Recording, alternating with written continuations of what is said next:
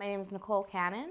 My last rank was a specialist in the U.S. Army, and I served from 2007 until 2016.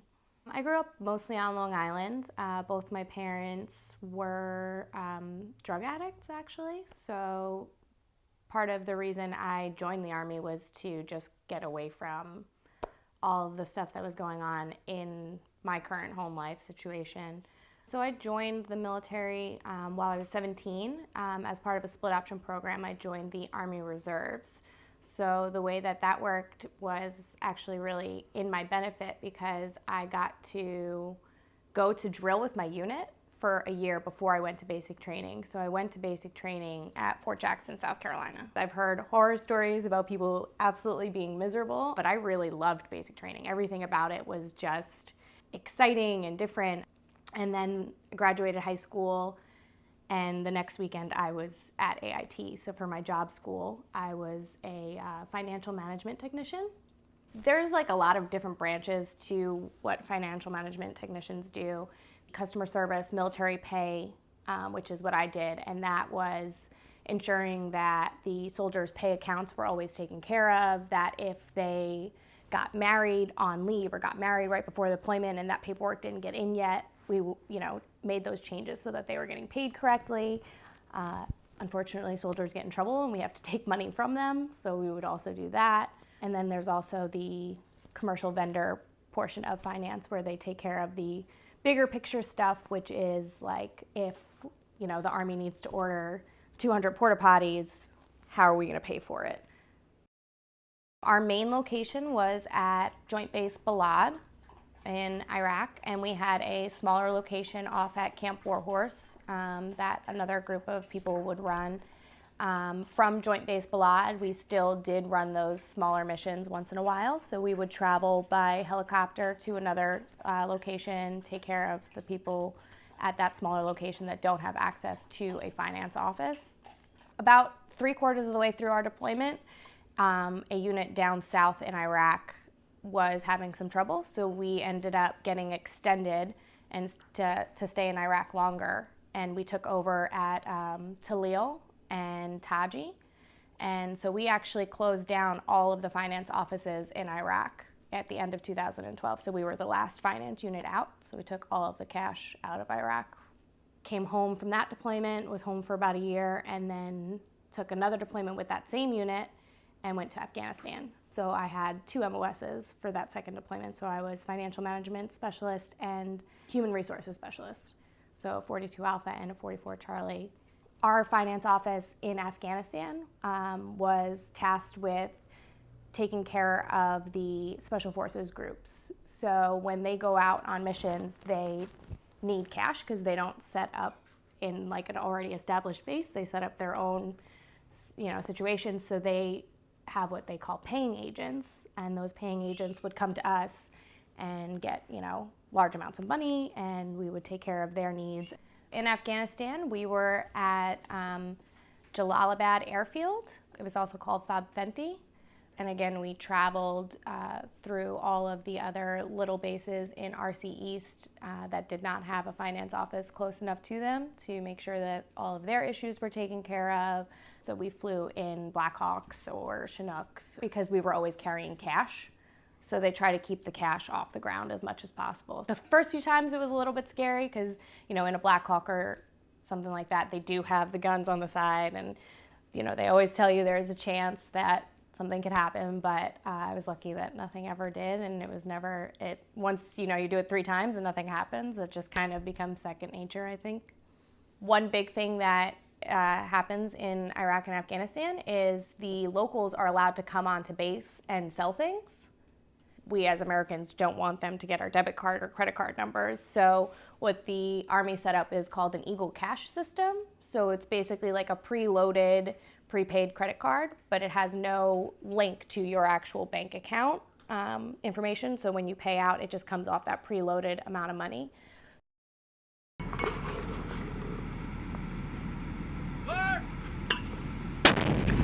So the most that I saw as far as that goes was the incoming rockets or mortars or anything coming onto base. There was a group of soldiers that did not take cover as quickly as they could have, or I don't really exactly know the situation, but they got pretty hurt. And because we were in a smaller location in Afghanistan, they don't have a blood bank there. So what happens is somebody gets really hurt and they call over the loudspeaker, if you have this blood type, come to the TMC, and they take the blood right out of you and give it to the soldier. So the soldier was in surgery and they called my blood type. So I ended up going over and they took my blood and put it right into him, and he actually ended up living. So he's, not living his best life. I think he had some pretty serious injuries. So that's my only experience with that type of situation.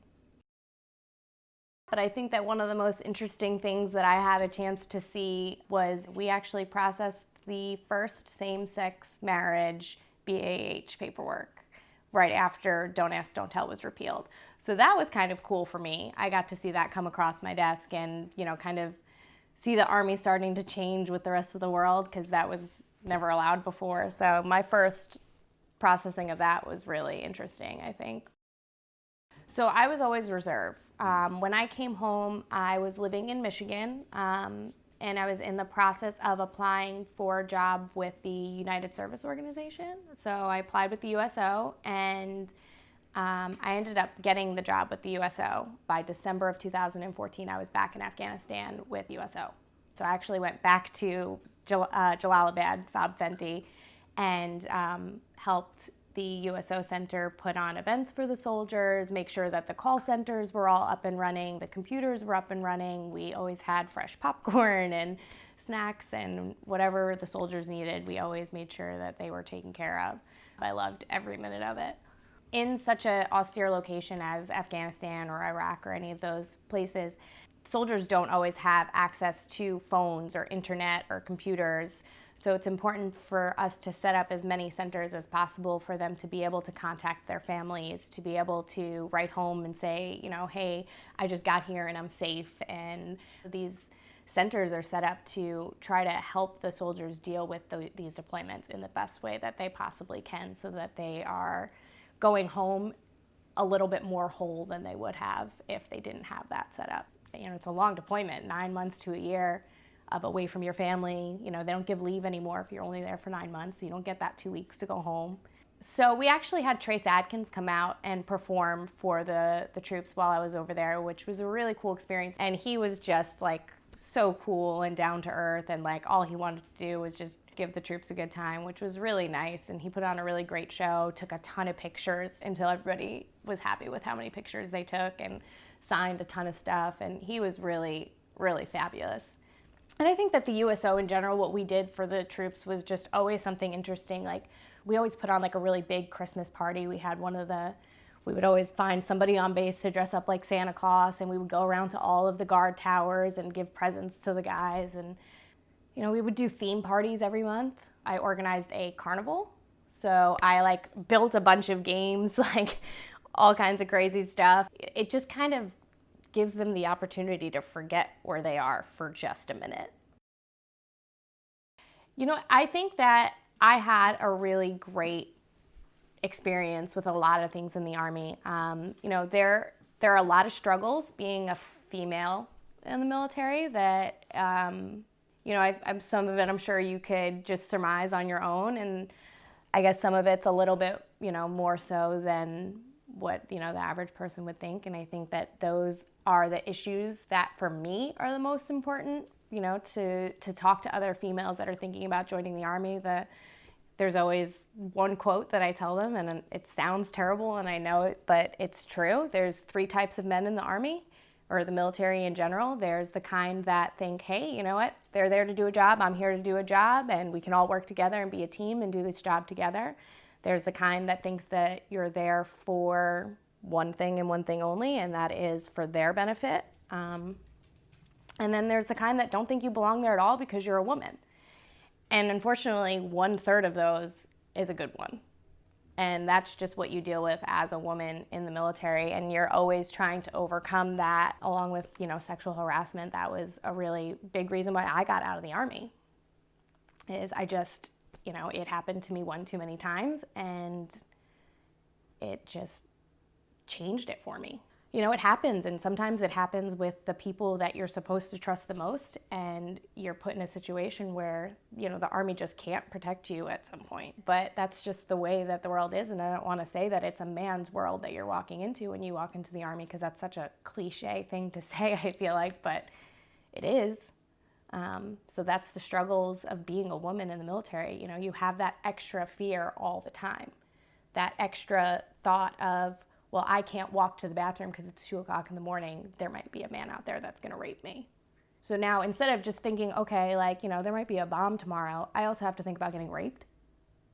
Like, that's just a whole different, that's a whole different way to go to war, I feel like, and men just don't have to think about it. I have a few people from my very first unit from when I was 17 and just joined the Army that really guided me, and those people are like my brothers, like more of a family than my actual family is at this point.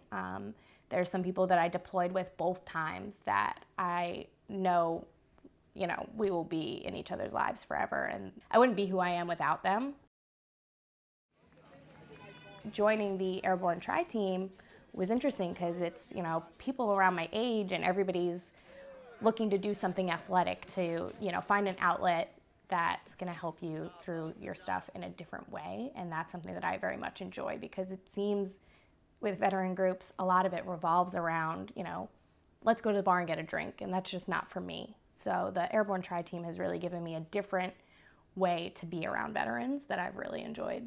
And I did my first triathlon in Montauk a couple weekends ago, and that was really cool. And I would have never thought I would be doing a triathlon, because I never was a very big fan of running, but it was fun. I really enjoyed it, and it was something that like allowed me to push myself to a point that I didn't know I could go to. So it was definitely cool. I decided to be a nurse because I, you know, took on my experience from the Army and the USO and found that I really just enjoy helping people. I just enjoy being that like happiness in somebody's day when their day is just terrible. And there's really not a lot of ways to do that outside of the military that feel like something that I would be good at for the rest of my life. I've always been interested in the medical world, so being a nurse to me just seems like a really great way to give just a little bit more back. I actually will have my bachelor's degree in speech communication at the end of this semester. But I have 2.5 years left of my nursing degree. With that, I'm also out of GI Bill benefits. So right now I'm trying to figure out a way to pay for the rest of the nursing school, but I'm going to figure it out because it's what I want to do. I understand that the general person coming to the VA is going to be that older Vietnam vet, maybe, like, you know, some of us younger vets are just not using the VA as much, but there has to be like an understanding that we exist, and I shouldn't feel uncomfortable going into the VA because I'm a younger woman. Like, people are looking at me like, oh, where's your grandpa? Are you here to pick him up? Like, no, actually, I'm here to go see my doctor because I'm a veteran too.